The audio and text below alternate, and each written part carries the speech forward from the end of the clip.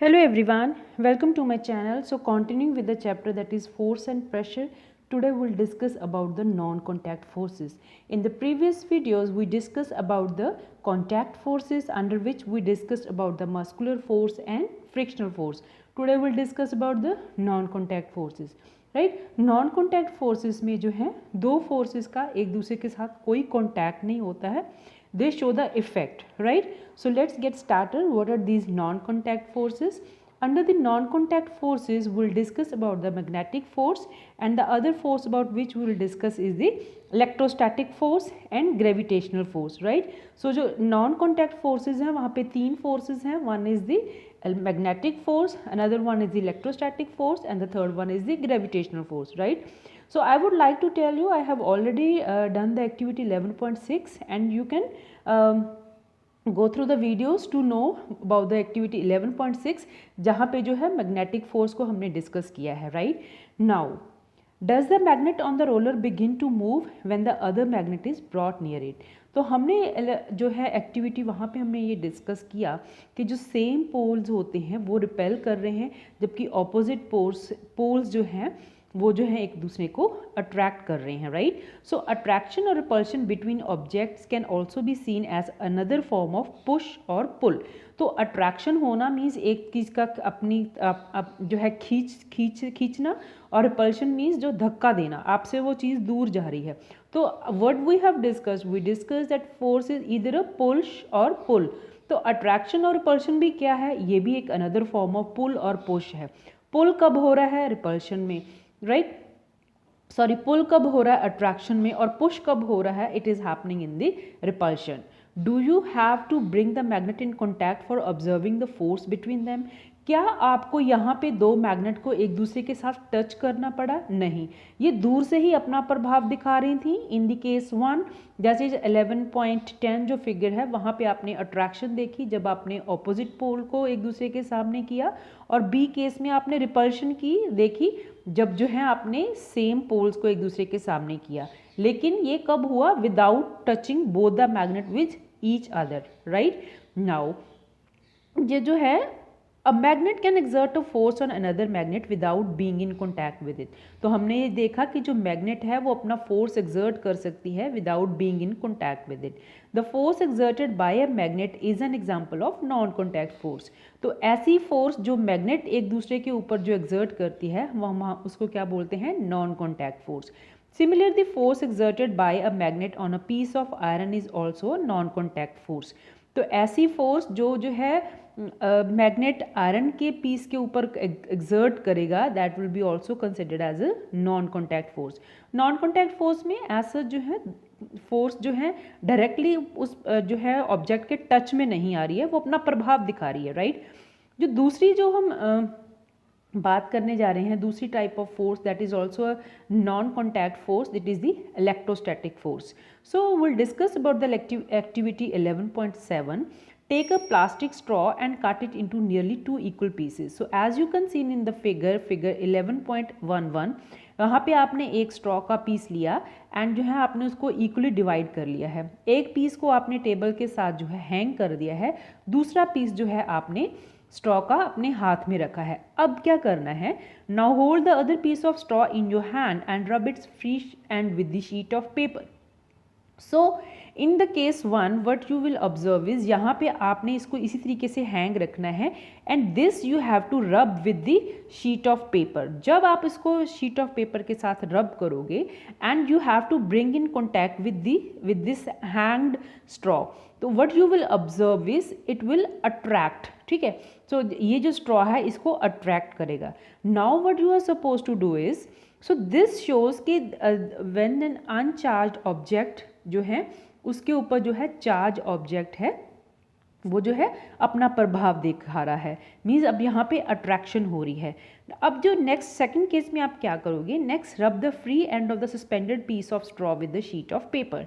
First case में हमने क्या किया था? सिर्फ जो अपने हैंड में आपकी जो है स्ट्रॉ है उसको हमने शीट ऑफ पेपर के साथ रब किया था. तो हमने देखा कि जब हमने सस्पेंडेड स्ट्रॉ के सामने ये स्ट्रॉ लेके आए तो ये जो वहाँ पे अट्रैक्शन शो हुई. अब हम क्या करेंगे? जो हमारे हाथ में है उसको तो शीट के साथ जो है रब किया, अब हम जो सस्पेंडेड है उसको भी जो है जो पेपर की शीट होती है उसके साथ रब करेंगे। Now what will we observe is, जब हम अपना ये स्ट्रॉ इस सस्पेंडेड स्ट्रॉ के पास लेके आएंगे तो यहाँ पे यू विल ऑब्जर्व रिपल्शन। तो इट मीन्स अब जो है दोनों ने सेम चार्ज एक्वायर कर लिया है, right. So that's why now they are repelling each other. तो अब हम ये कह सकते हैं a straw is said to have acquired electrostatic charge after it has been rubbed with a sheet of paper. तो जो स्ट्रॉ था उसने इलेक्ट्रोस्टैटिक चार्ज जो है एक्वायर कर लिया, उसके ऊपर चार्ज आ गया। कब? जब हमने उसको शीट ऑफ पेपर के साथ रब किया।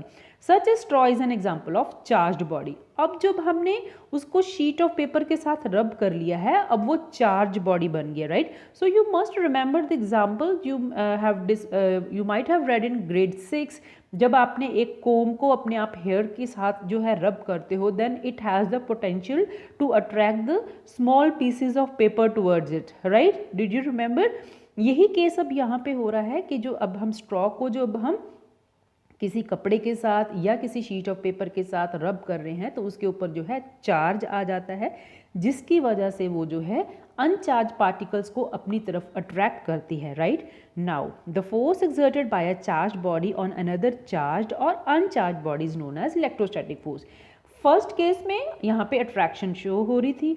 सेकेंड केस में जब हमने दोनों स्ट्रॉ को शीट ऑफ पेपर के साथ रब कर लिया, both acquire the same charge and जिसकी वजह से उनमें जो इलेक्ट्रोस्टैटिक फोर्स जो डेवलप हुई that make the two straw to repel each other. यहाँ पे कौन सी फोर्स आई? It was the electrostatic force. So this force comes into play even when the bodies are not in contact. जबकि हमने straw को यहाँ पे एक दूसरे के साथ टच भी नहीं किया, तब भी यहाँ पे जो है फोर्स जो है अपना रोल प्ले कर रही है। So the electrostatic force therefore is another example of non contact force, right. Electric charges के बारे में जो है हम next chapter that is in chapter 15 will read more about the electrostatic charge. यहाँ पे एक्टिविटी 11.7 में वो मेंशन कर रहा है कि make sure that two pieces do not touch with each other, right. तो हम जो है टू पीसेस को एक दूसरे के साथ टच क्यों नहीं कर रहे हैं? क्योंकि एकदम से जो है चार्ज फ्लो हो जाएगा आपकी बॉडी से। So you make sure you have to show कि you are not to bring the object in contact with each other, you have to just show the influence of ये जो है charge, जो आपने इसको दिस दैट इज स्ट्रॉ को आपने charge किया, आपने उसका इफेक्ट दिखाना है, right. Now will discuss about the gravitational force. So what you observe is, जब भी हम कोई चीज़ ऊपर फेंकते हैं तो वो नीचे आ जाती है। ऐसा क्यों होता है? तो वहाँ पे भी कोई फोर्स एक्ट कर रही है, इसलिए भी कोई चीज़ जो है नीचे आ जाती है। Now you know that a coin और a pen falls to the ground when it slips off your hand. कभी आपके हाथ से पेन या कॉइन गिर जाए तो वो नीचे जो है ज़मीन पे गिरता है। Leaves and fruit also fall to the ground when they get detach from the plant. जब कोई पत्ता गिरता है या फ्रूट गिरता है वो भी ग्राउंड पे गिर जाते हैं। ऐसा क्यों होता है? When the coin is held in your hand, it is at rest. जब कॉइन आपके हाथ में होता है तो कॉइन की स्टेट ऑफ मोशन क्या होती है? It is at rest. As soon as it is released, it begins to move downward. जैसे ही ये कॉइन आपके हाथ से नीचे गिरता है तो ये नीचे जो है चलना शुरू करता है। It is clear that a state of motion of the coin undergoes a change. तो अब आपको पता चला कि initially the coin was at the rest position. अब जैसे आपके हाथ से गिरा अब वो मोशन में आ गया है। Can this happen without a force acting on it? And we know कि the force can change the state of motion. You remember force can change the state of motion.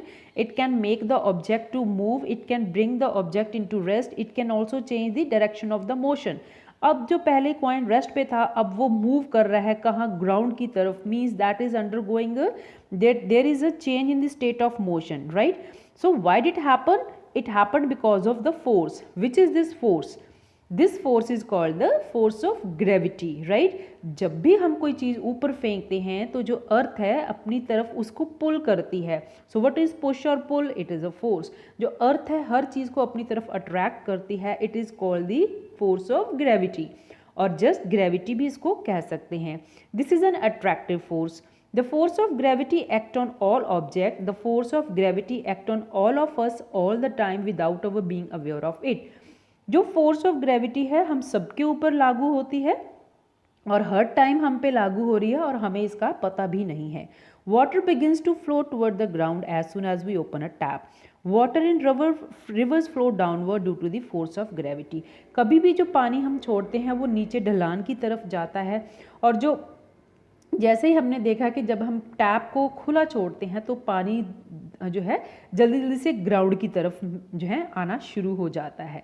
Now gravity is not the property of the earth alone. Gravity ये सिर्फ earth की ही property नहीं है। In fact every object in the universe whether small or large exert a force on every other object.